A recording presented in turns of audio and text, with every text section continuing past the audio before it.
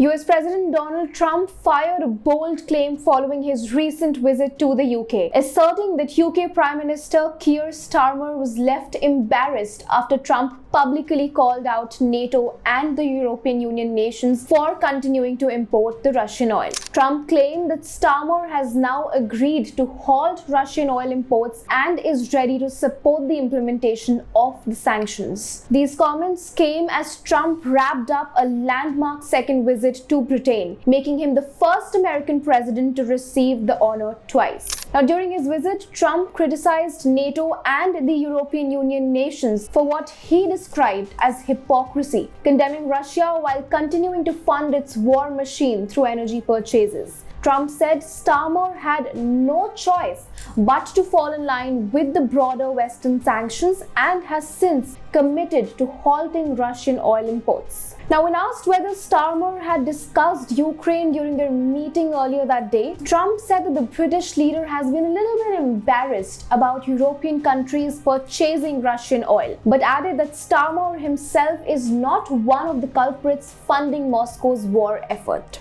Last week, Trump issued a big ultimatum to NATO countries to stop buying Russian oil, warning that failure to act would waste US resources. In a letter addressed to NATO members and the world, Trump said, "I am ready to do major sanctions on Russia when all NATO nations have agreed." He further said, and I quote, "As you know, NATO's commitment to win has been far less from 100%, and the purchase of Russian oil by some has been shocking. It greatly weakens your negotiating position and bargaining power over Russia." Now, let's take a closer look at the complex web of energy and commodity trade between Russia, US, and the European Union. Despite more than 3 years since Russia's full-scale invasion of Ukraine, a recent Reuters report reveals that the US and European Union still imports billions of euros worth of Russian energy and commodities, from liquefied natural gas to enriched uranium.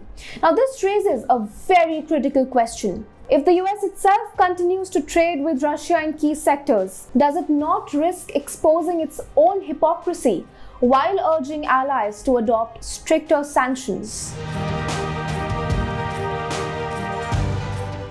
Now, let's take a deep dive and start with the European Union. As per data from Eurostat, EU has imposed various import and export restrictions on several products, resulting in a 61% decline in exports to Russia and an 89% drop in imports from Russia between the first quarter of 2022 and the second quarter of 2025. Now, in the second quarter of 2025, European Union exports to Russia increased, while imports decreased, turning a trade deficit to a surplus of 0.8 billion euros. The EU, however, still continues to purchase oil, nickel, natural gas, fertilizers, iron, and steel from Russia. 4 years ago, Russia was the largest supplier of petroleum products to the European Union.